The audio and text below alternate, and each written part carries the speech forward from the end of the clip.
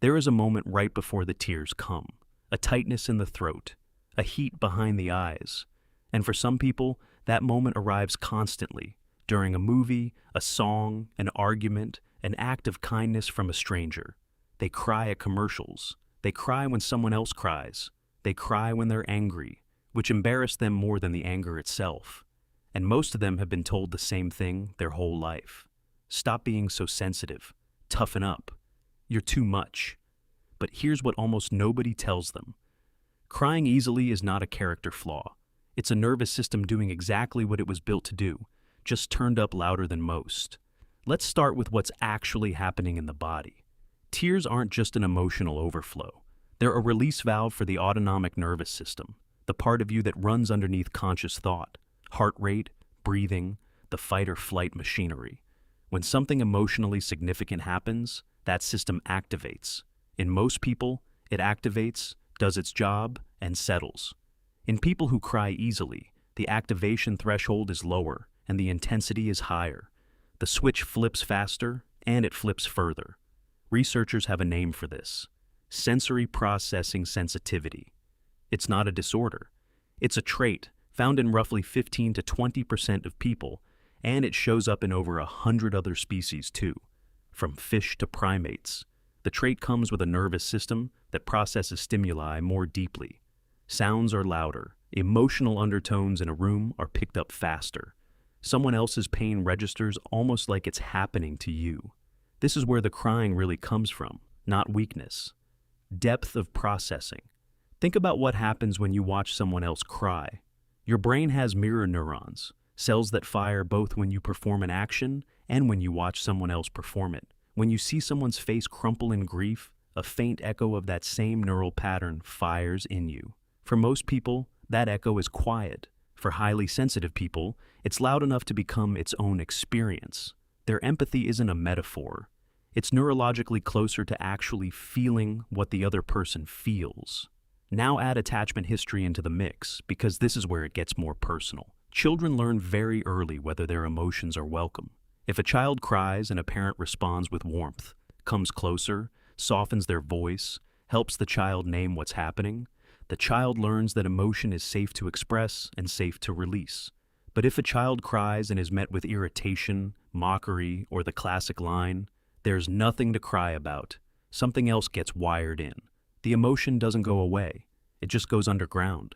Here's the part people miss. Suppressing tears doesn't make someone cry less over a lifetime. It usually makes them cry more later, at moments that seem to have nothing to do with the actual trigger: a stalled printer, a stranger holding a door, a minor comment from a coworker. It looks disproportionate from the outside. From the inside, it's not disproportionate at all. It's just delayed. The tears finally have a legal exit, so everything that was backed up comes through at once. This is why so many people who cry easily also carry a specific kind of shame about it. They're not just having an emotion. They're having an emotion and then immediately judging themselves for having it, which piles a second wave of distress on top of the first. The crying was never the problem. The self-judgment is what makes it feel unbearable. There's also a simpler, more physiological piece worth naming. Tear ducts are more reactive in some people from birth. Hormonal fluctuations, chronic stress, sleep deprivation, and certain medications can all lower the threshold further. So, the same event, a sad scene in a film, a frustrating email, can produce nothing on a well-rested day and a full breakdown on a depleted one.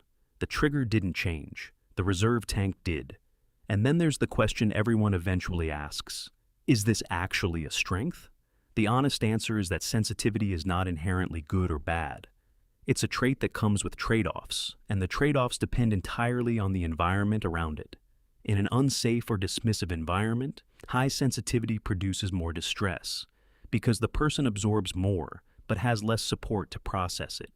In a safe, attuned environment, the exact same trait produces more insight, more empathy, more early detection of problems others miss entirely.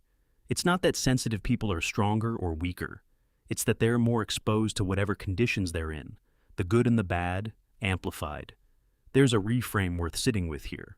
Crying is not the absence of control. It's frequently the presence of an accurate signal. The body is saying, "This matters. This hurt. This moved me. A person who never cries isn't necessarily more regulated. Sometimes they've just built a thicker wall between themselves and their own signals. And that wall costs something too, even if it's invisible from the outside. None of this means every tear needs to be treated as sacred information. Sometimes people cry from simple exhaustion, and the right response is rest, not analysis. But the instinct to see easy crying as something to be fixed, hidden, or apologized for gets the story backwards. The nervous system underneath those tears isn't broken. It's paying closer attention than most.